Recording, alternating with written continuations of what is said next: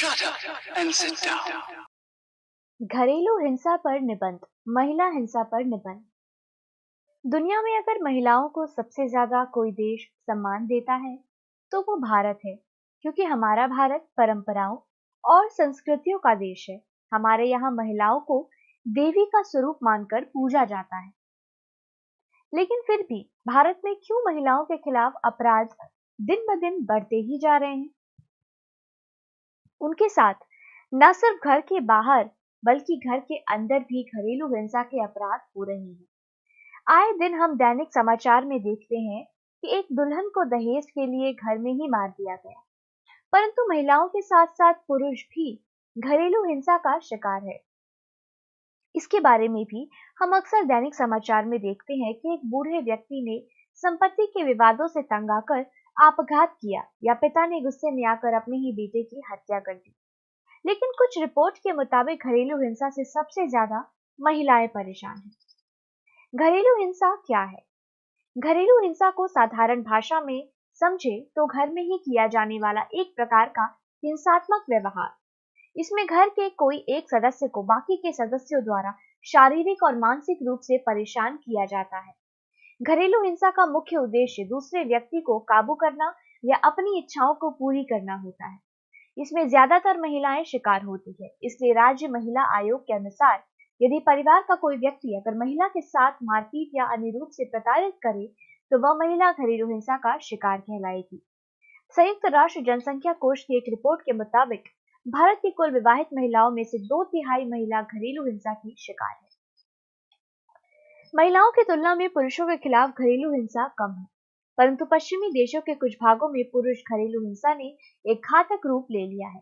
जैसे कुछ महीनों पहले चंडीगढ़ और शिमला में कई पति ने इकट्ठा होकर अपनी पत्नियों द्वारा परिवार द्वारा हो रहे घरेलू हिंसा के विरोध में आवाज उठाई थी। इस तरह वर्तमान में पुरुषों के लिए भी एक कानून बनाने की आवश्यकता है।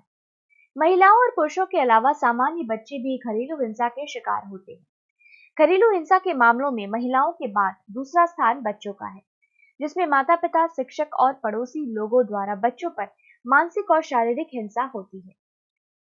इस तरह मनुष्य का हर वर्ग घरेलू हिंसा से परेशान है, परंतु घरेलू हिंसा से सबसे अधिक महिलाओं को सताया जाता है।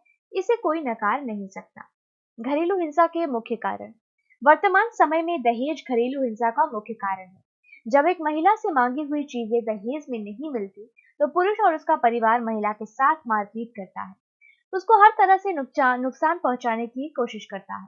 कई जगहों पर दहेज के लिए महिलाओं को जिंदा जलाए जाने की खबरें भी आपने समाचार में देखी होगी।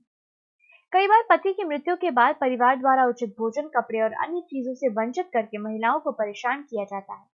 आज के समय में विधवाओं के खिलाफ इस तरह की घरेलू हिंसा लगातार बढ़ती जा रही है। इसके अलावा पुरुषों की मूर्खतापूर्ण मानसिकता भी घरेलू हिंसा का एक बड़ा कारण है। पुरुषों को लगता है कि महिलाएं उनसे शारीरिक और भावनात्मक रूप से बहुत कमजोर होती है, इसलिए अगर उनके साथ हिंसा करेंगे तो वह दब जाएगी। ऐसे पुरुष महिलाओं को अपने नियंत्रण में रखते हैं। जब विवाहित संबंधों में समस्या आती है तब भी पुरुष द्वारा महिलाओं को सताया जाता है। कई बार पुरुष अपनी आमदनी से घर को चलाने में सक्षम नहीं होता, जिसकी वजह से पुरुषों को भी घरेलू हिंसा का सामना करना पड़ता है। पत्नियां परिवार वालों की जरूरतों को पूरा न कर पाने की वजह से भी पुरुष घरेलू हिंसा का शिकार होते हैं। जब कोई बच्चा पढ़ाई में खराब प्रदर्शन करता है तब उसके विरुद्ध घरेलू हिंसा होती है। इसके अलावा पड़ोस के बच्चों की बराबरी की वजह से भी बच्चों के साथ घरेलू हिंसा की जाती है। बूढ़े माता पिता की दवाई या अन्य खर्चे जब बढ़ने लगते हैं तब उनके ही बच्चे उन पर पैसे खर्च करने से झिझकते हैं। इसकी वजह से बूढ़े माता पिता भी घरेलू हिंसा का शिकार होते हैं। कई बार बच्चे इनसे छुटकारा पाने या उनकी संपत्ति हथियाने के लिए उनको मार भी देते हैं। इस तरह मनुष्य का हर वर्ग घरेलू हिंसा से परेशान है। घरेलू हिंसा के प्रकार। घरेलू हिंसा के मुख्य 4 प्रकार है: शारीरिक हिंसा, भावनात्मक हिंसा, लैंगिक हिंसा और आर्थिक हिंसा। भावनात्मक हिंसा: महिला के चरित्र पर उंगली उठाना, दहेज लाने के लिए मानसिक त्रास देना, हर समय उसका अपमान करना, बार बार अपमानजनक टिप्पणी करना, पुत्र ना होने पर परेशान करना, घर से बाहर ना निकलने देना, नौकरी छोड़ने के लिए मजबूर करना, महिला के पसंदीदा व्यक्ति से शादी ना कराना या किसी और व्यक्ति से शादी कराने के लिए उसे मजबूर करना या अन्य किसी प्रकार का मौखिक दुर्व्यवहार भी भावनात्मक हिंसा में शामिल है। शारीरिक हिंसा: किसी महिला के साथ मारपीट करना, उन्हें डराना या धमकाना, ये सब चीजें शारीरिक हिंसा में शामिल है। इसके अलावा भी अगर किसी अन्य तरीके से महिला को शारीरिक पीड़ा या नुकसान पहुंचाए तो यह भी शारीरिक हिंसा में शामिल होगा। लैंगिक हिंसा, किसी महिला की सामाजिक प्रतिष्ठा को खराब करना, बलात्कार करना, अश्लील चीजों को देखने के लिए मजबूर करना जैसी चीजें लैंगिक हिंसा में शामिल है।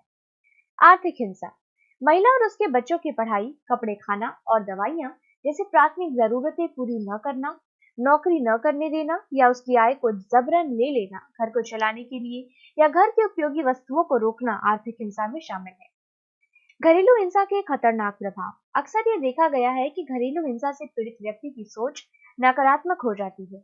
इसके साथ साथ ऐसे लोगों के अंदर आत्मसम्मान जैसे गुणों की कमी हो जाती है। उनको घबराहट, चिंता और अकेलापन जैसी समस्याएं उत्पन्न होती है।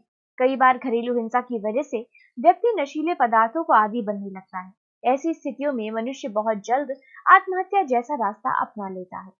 इसके अलावा जिस व्यक्ति के साथ घरेलू हिंसा हुई है, उन्हें मानसिक रूप से बाहर आ पाना बहुत मुश्किल है, क्योंकि उसे लगता है कि जिस व्यक्ति पर उसने भरोसा किया, आज वही उसे मार रहा है। हिंसा के वह पल हर समय उनको याद आते रहते हैं। कई जगहों पर घरेलू हिंसा से पीड़ित व्यक्ति को मानसिक आघात इतना खतरनाक होता है कि वह अपना मानसिक संतुलन खो बैठता है। घरेलू हिंसा से न सिर्फ पीड़ित व्यक्ति को चोट पहुंचती है, बल्कि उसका पूरा समाज और परिवार इससे प्रभावित होता है। हिंसा का शिकार हुई महिलाएं सामाजिक जीवन की गतिविधियों में बहुत कम भाग लेती हैं। जब किसी परिवार में ऐसी हिंसा होती है, तब उस घर के बच्चे भी आक्रामक व्यवहार सीखते हैं। यही बच्चे बड़े होकर घरेलू हिंसा को और बढ़ावा देते हैं। कुछ लोगों के अनुसार जिन परिवारों में घरेलू हिंसा होती है, वहां डर के कारण बच्चे ठीक से खाना नहीं खा पाते हैं। ऐसे बच्चों की वृद्धि और विकास में देर लगती है, जिसकी वजह से उनकी सीखने समझने की शक्ति बहुत धीमी और कम हो जाती है। इसलिए हमेशा किसी भी समस्या को बैठकर सुलझाने की कोशिश करें, क्या पता आपको हिंसा करने की जरूरत ही ना पड़े।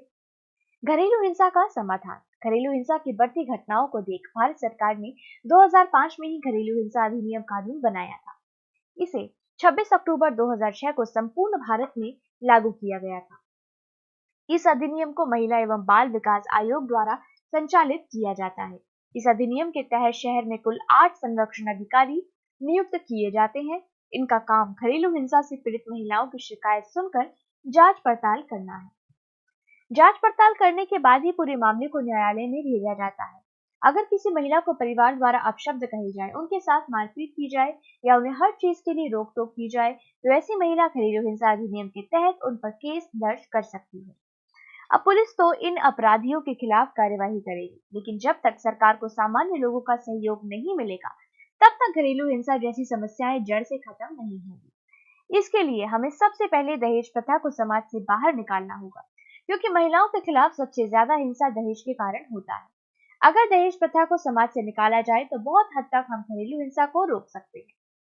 पीड़ित महिला के अलावा उसका पड़ोसी या अन्य कोई व्यक्ति महिला की सहमति से अपने क्षेत्र के न्यायिक मजिस्ट्रेट की कोर्ट में शिकायत दर्ज करके बचाव आदेश प्राप्त कर सकते हैं। इससे भी हम अपने आसपास की किसी महिला को घरेलू हिंसा से बचा सकते हैं। इसके अलावा जब बड़े बड़े नेता और प्रसिद्ध लोग महिलाओं पर अत्याचार करने वाले लोगों की निंदा करेंगे, तो इससे अपराधियों पर मानसिक दबाव आएगा। इससे भी हम कुछ हद तक घरेलू हिंसा को रोक कर सकते हैं। इसके लिए हमें खुद ऐसे आश्रय गृहों की स्थापना करनी होगी जहां घरेलू हिंसा से पीड़ित व्यक्ति रह सके। इससे पीड़ित व्यक्ति के अंदर यह डर खत्म हो जाएगा कि वो घर से भागकर कहाँ जाए। इसके अलावा हमें शक्तिशाली संगठनों को साथ रखना होगा, ताकि उस पीड़िता को कोई आश्रय गृहों में मारने आए तो उसका बचाव हो सके। जब पुरुष अपने परिवार की अच्छी देखभाल करेगा और कड़ी मेहनत करके अधिक पैसा कमाएगा, तो शायद पुरुषों के खिलाफ होने वाली घरेलू हिंसा में जरूर कमी आ जाएगी। इसके अलावा अगर हमारे बच्चों की तुलना दूसरे बच्चों से ना करें और उन्हें आगे बढ़ने के लिए प्रोत्साहित करें, तो इन्हें भी घरेलू हिंसा से बचाया जा सकता है। अगर हम यह मानसिकता रखें तो बच्चों के खिलाफ होने वाली हिंसा को भी खत्म किया जा सकता है। और ऐसे कई तरीके हैं जिनसे हम घरेलू हिंसा को रोक सकते हैं। लेकिन अब यह हमारी जिम्मेदारी है कि हमें लोगों को घरेलू हिंसा से कैसे बचाना है। निष्कर्ष, दुनिया का हर व्यक्ति सुकून वाली जिंदगी जीना चाहता है, लेकिन कुछ लालची और अहंकारी लोग अपने से कमजोर लोगों पर हिंसा करते हैं। इसमें भी खासकर महिलाओं के साथ होने वाली हिंसा आज हमारे लिए चिंता का विषय बन गई है। और जब तक हम सभी भारतीय एक नहीं होंगे, तब तक इसका कोई समाधान नहीं होगा। इसलिए आज से ही सरकार और कानून का साथ देकर घरेलू हिंसा के खिलाफ आवाज उठाएं, क्योंकि तभी हम घरेलू हिंसा को जड़ से खत्म कर पाएंगे।